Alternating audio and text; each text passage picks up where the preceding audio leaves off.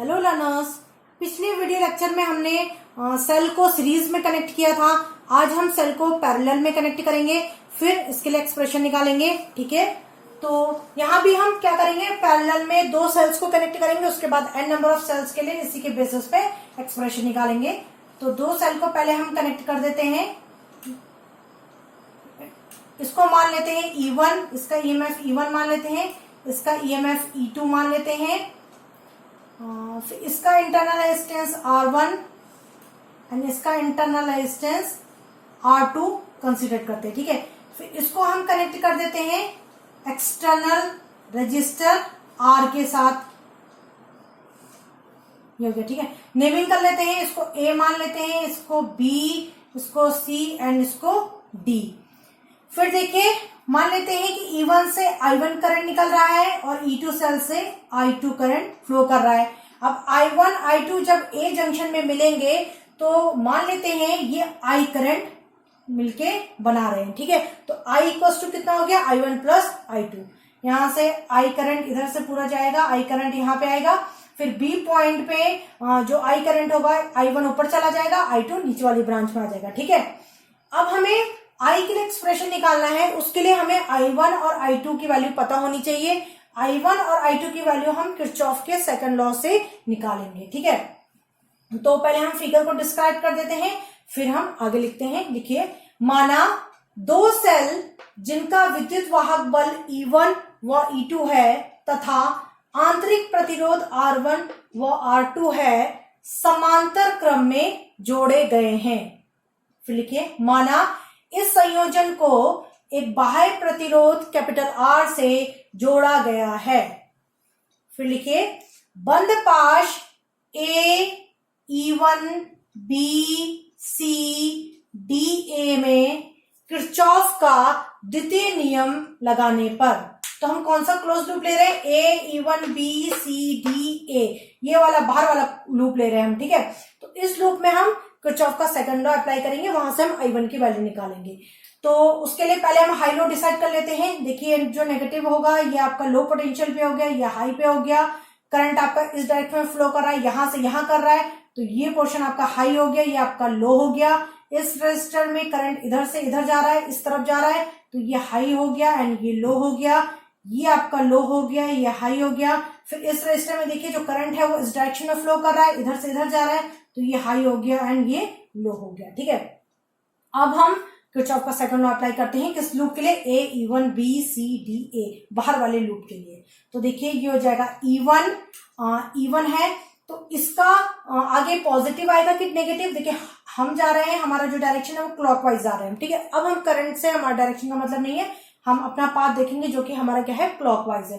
तो क्लॉकवाइज जाने पे हम कैसे जा रहे हैं, हाई टू लो जा रहे हैं। हाई टू लो जाने पे आगे कैसा साइन आता है, नेगेटिव का साइन आता है। ठीक है, फिर इस वाले इंटरनल रेजिस्टेंस जो R1 है, इसके जो अक्रॉस जो पोटेंशियल डिफरेंस है वो कितना होगा, I1 इंटू R1। इस R1 से I1 करंट फ्लो कर रहा है, तो जगह I1 into R1, I1 into R1।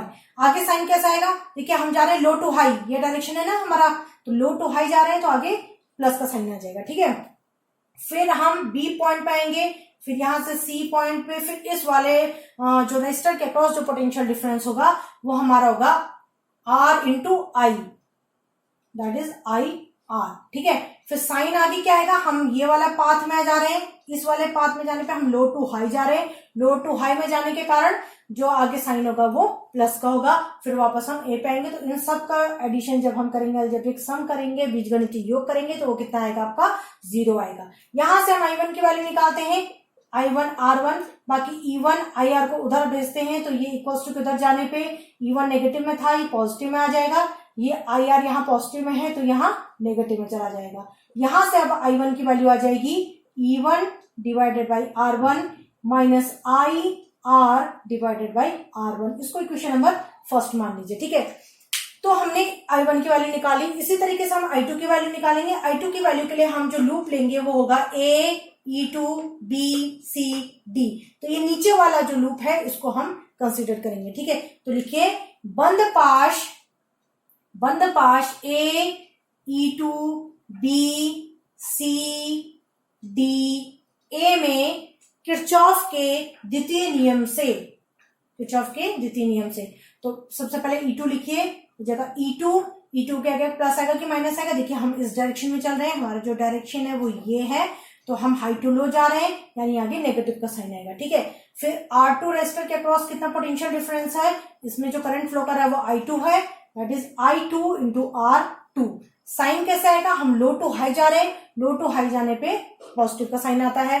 फिर हम ये B पे गए, फिर हम C पे गए, फिर हम इस तरफ आए, तो इस रेजिस्टर के अक्रॉस जो पोटेंशियल डिफरेंस हमारा IR है, हम जा रहे हैं लो टू हाई, आगे प्लस का साइन आएगा, फिर बीच में कोई नहीं, वापस A पे आ रहे हैं, तो ये आपका 0 हो जाएगा। ठीक है, अब यहां से I2 की वैल्यू निकालिए, I2 R2, उसी तरीके से E2 IR को उधर भेजते हैं, तो E2 पॉजिटिव में आ जाएगा, IR हमारा नेगेटिव में आ जाएगा। यहां से I2 की वैल्यू आ जाएगी आपकी I2 equals to E2 by R2 minus IR by R2। इसको मान लीजिए इक्वेशन नंबर 2। फिर लिखिए आप since I equals to I1 plus I2। देखिए जो I है वो I1 और I2 दोनों को जोड़ने पे जो आ रहा है वो हमारा I है। ठीक है, तो I1 I2 की ये दो वैल्यूज इस इक्वेशन में पुट करिए। लिखिए I1 व I2 का मान समीकरण 1 व 2 से रखने पर, तो I हो जाएगा आपका, therefore I equals to I1 की वैल्यू क्या है आपकी E1 divided by R1 minus IR by R1 plus I2 की वैल्यू हमारी E2 बाई R2, फिर है माइनस IR बाई R2। अब हम क्या करेंगे, I के टर्म को एक तरफ इकट्ठा कर लेंगे, तो I इक्वल्स टू पहले इसको और इसको एक साथ लिखिए, तो ये हो जाएगा E1 by R1 plus E2 by R2।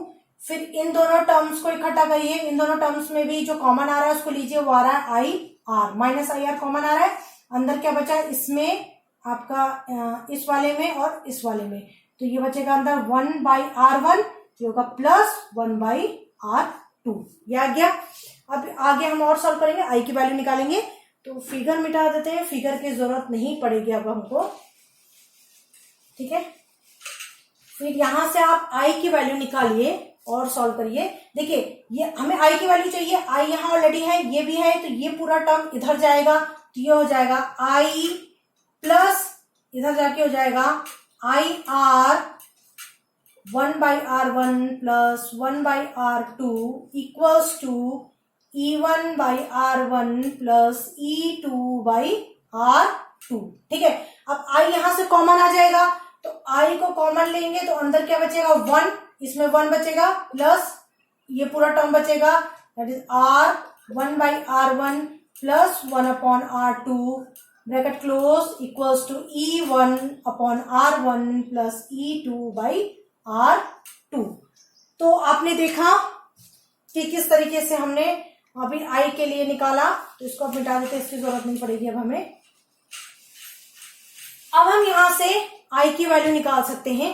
I की वैल्यू हो जाएगी I equals to E1 by R1 plus E2 by R2। देखिए यहां ये मल्टीप्लाई में है, इसके साथ I के साथ ये प्रोडक्ट में है, ये पूरा टर्म जब इसके साथ नीचे जाएगा तो वो क्या हो जाएगा, डिवाइड में जाएगा, डिनोमिनेटर में जाएगा, ये पूरा का पूरा टर्म, तो हो जाएगा whole divided by 1 plus R1 upon R1 plus 1 upon R2।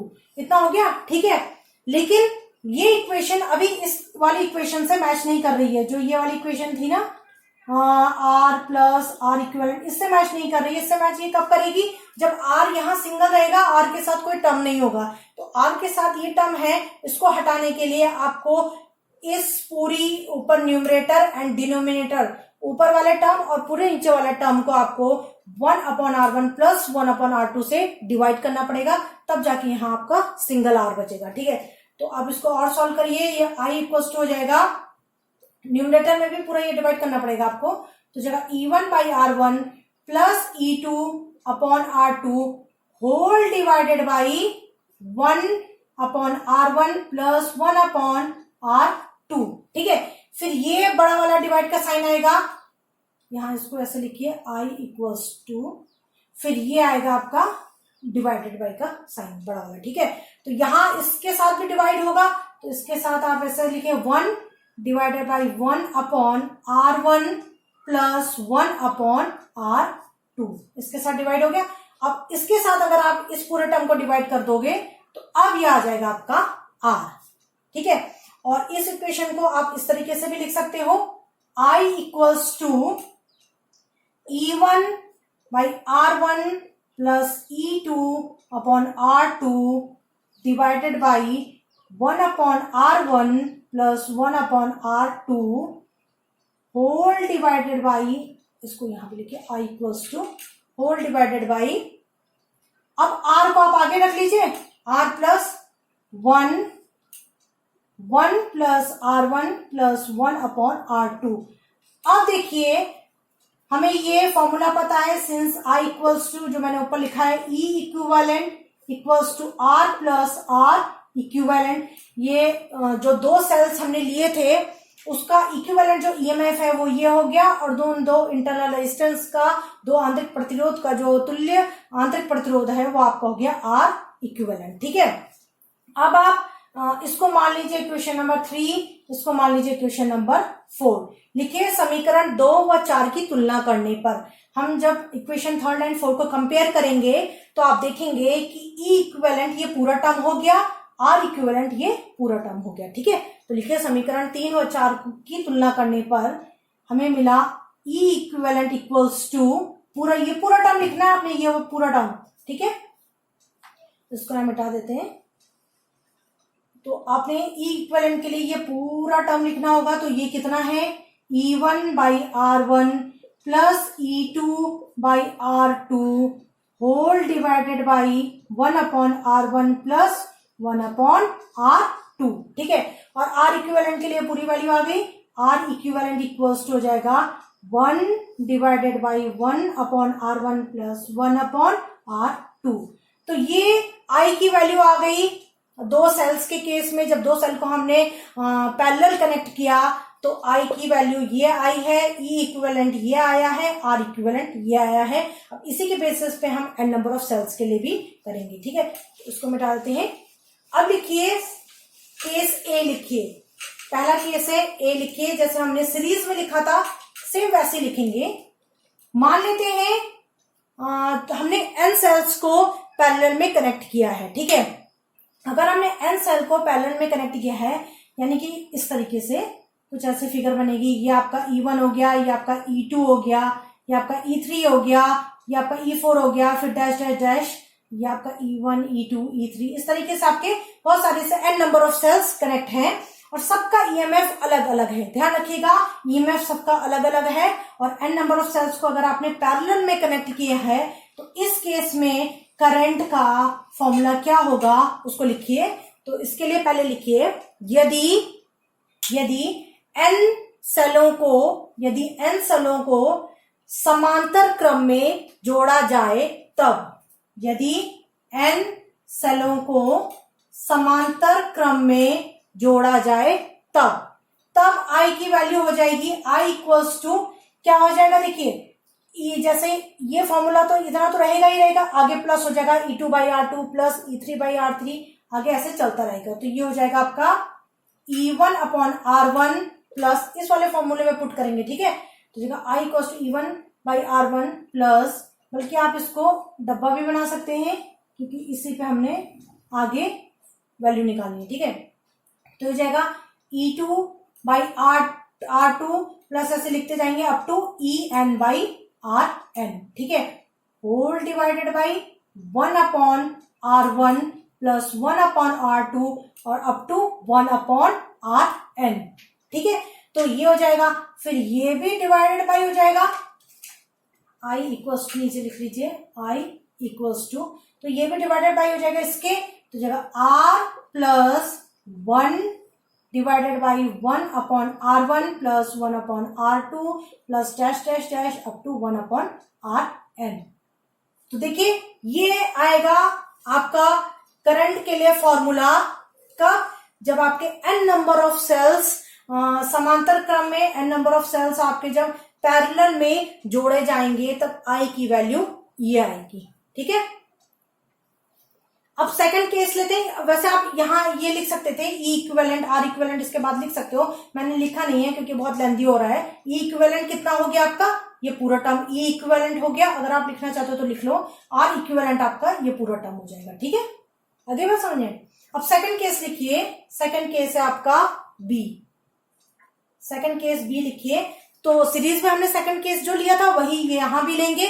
तो लिखिए, यदि ठीक एक जैसे n सेलों को समांतर क्रम में जोड़ा जाए तब, यदि ठीक एक जैसे n सेलों को समांतर क्रम में जोड़ा जाए तब।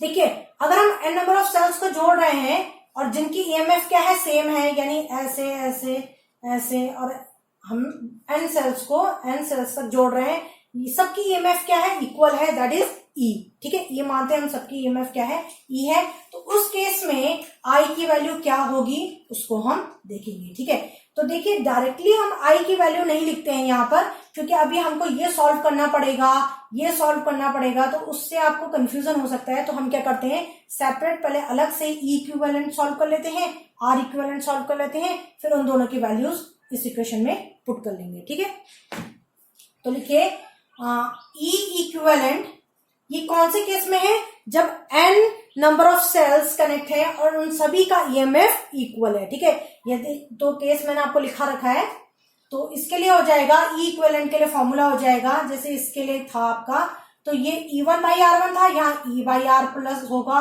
E/R, तो ये प्लस अप टू कहां तक होगा, n टर्म्स तक होगा। ठीक है, n टर्म्स तक होगा, डिवाइडेड बाई, यहां से लिख रही हूं मैं, देखिए 1/, ये 2 सेल्स के लिए था, n सेल्स के लिए भी आप इसी के बेसिस पे लिखेंगे। ठीक है, तो जगह 1/R, जगह 1/R प्लस कब तक जाएगा, n टर्म्स तक जाएगा। ठीक है, तो ई इक्विवेलेंट की वैल्यू हो गई। अब आप अगर इन सबको जोड़ना चाहेंगे, E plus R, E plus R, E plus R, कहां तक, n टर्म्स तक अगर आप जोड़ना चाहोगे, तो उन सबको जब ऐड करोगे तो आप लिख सकते हो n times of E/R। E/R को n से मल्टीप्लाई कर दीजिए तो वो इसका जोड़ हो जाएगा, divided by 1/R, 1/R, 1/R, आपको ऐड करते जाना है कहां तक, n टर्म तक। तो आप उसको इस तरीके से लिख सकते हो, n इंटू 1/R। ठीक है, n टाइम्स ऑफ 1/R हो जाएगा, तो ये इसके जोड़ के बराबर होगा। अब आप इसको सॉल्व करिए, n कैंसिल हो जाएगा, R कैंसिल हो जाएगा, तो आएगा आपका E। तो हमने यहां पर देखा कि जब हमारे n नंबर ऑफ सेल्स जिनका ईएमएफ इक्वल है, जिनका ईएमएफ सेम था, तो उस केस में जो ई इक्विवेलेंट का फॉर्मूला आ रहा है आपका, वो ई आ रहा है। ठीक है, तो क्या आ रहा है, ई इक्विवेलेंट आ रहा है आपका ई। अब हम आर इक्विवेलेंट के लिए भी निकाल लेंगे, फिर हम उसको इस इक्वेशन में पुट करके आई की वैल्यू निकाल लेंगे। ठीक है, तो आर इक्विवेलेंट हो जाएगा इस तरीके से, यहां लिखे therefore E equivalent equals to E. R equivalent हो जाएगा 1 डिवाइडेड बाई 1/R। देखिए 1/R1 था प्लस 1/R2, इस तरह 1/R प्लस 1/R होता जाएगा, 1/R प्लस कहां तक, n टर्म्स तक, n टर्म्स तक लिखेंगे आप। अब यहां मिटा देते, इसकी जरूरत नहीं होगी। ठीक है, इसको आप लिखते जाएंगे। तो अब इसको सॉल्व करिए, जब आप 1/R को फिर प्लस कर रहे हो, 1/R plus 1/R plus 1/R, कहां तक ऐड कर रहे हो, n टर्म्स तक ऐड कर रहे हो। तो जब इन सबको जो ऐड करोगे आप, तो सिंपली आप ऐसे लिख सकते हो। ठीक है, आप ऐसे लिख सकते हो, n टाइम्स ऑफ 1/R, ये इन सबका एडिशन होगा। ठीक है, इन सबका जोड़ होगा। तो ये भी वैल्यू क्या होगी, अब r ऊपर चला जाएगा, तो जगह R/n, किसकी वैल्यू है, R इक्विवेलेंट की। ठीक है, R इक्विवेलेंट की वैल्यू आ गई। अब इन दोनों, ये जो R इक्विवेलेंट आया है, E इक्विवेलेंट आया है, अब आप पुट करिए इसको, लिखिए I equals to, therefore I equals to, ऊपर E इक्विवेलेंट होता था ना, तो E इक्विवेलेंट की जगह लिखिए आप E divided by R plus, देखिए इस वाले फॉर्मूले पे पुट करना है हमने, इस वाले फॉर्मूले पे याद रखिएगा। ठीक है, इस वाले फॉर्मूले पे हमें पुट करना है, क्योंकि हमने ये वाला जो सॉल्व करके हमने जो लाया है, वो ई इक्विवेलेंट कितना लाया है, ई लाया है, आर एज इट इज रहेगा। आर इक्विवेलेंट हमने सॉल्व करके कितना लाया है, स्मॉल r अपॉन n। ठीक है, आप इसको यहां तक भी छोड़ना चाहते हो तो यहां तक भी कर सकते हो, आगे सॉल्व करना चाहते हो तो कर सकते हो। n और 1 का एलसीएम लेंगे तो n ऊपर चला जाएगा, इस जगह n e upon n r plus small r। तो ये आपका आई की वैल्यू आ गई। किस केस में? जब आपके n number of cells connect हैं वो भी एक जैसे, यानी जिनका सभी का ईएमएफ इक्वल है, उस केस में जो आई की वैल्यू होगी NE upon n capital R plus small r होगी। देखिए कंफ्यूज मत होइएगा, क्योंकि यहाँ डिवाइड में ज्यादा ही टर्म आ रखे हैं, इसलिए आप हो सकता है आप स्टेप में कहीं कंफ्यूज करेंगे, लेकिन अगर आप केयरफुली करेंगे, स्टेप बाय स्टेप चलेंगे, अगर आपको कंफ्यूजन हो रहा है तो आप इक्विवेलेंट बार बार अलग अलग लिखिए तो आपको क्लियर हो जाएगा। ठीक है, तो आपको केयरफुली देखना है, कहीं ऐसा ना हो कि कहीं कोई डिवाइड छूट जाए तो आपका सारा जो डेरिवेशन है वो गलत हो जाएगी। ठीक है, तो ये आपका आई के लिए एक्सप्रेशन आ गया। किस केस में? जब आपके n number of cells connect हैं पैरेलल में और उन सबका ईएमएफ अलग अलग है। ये आई की वैल्यू आ गई तब आपकी जब आपके n number of cells connect है, वो भी सबके सब जिनकी ईएमएफ क्या है, बराबर है, और वो कितनी मान रहे हैं हम, ई मान रहे हैं। उस केस में जो करंट की वैल्यू है ये हो गई। तो ये हमारा कॉम्बिनेशन ऑफ सेल्स हो गया, सीरीज में हमने देख लिया, पैरेलल में देख लिया। ठीक है, तो आज का टॉपिक यहीं पर खत्म होता है। आई होप आपको ये वीडियो समझ में आया हो। ठीक है, नेक्स्ट क्लास में नेक्स्ट वीडियो के साथ फिर मिलेंगे। Good bye.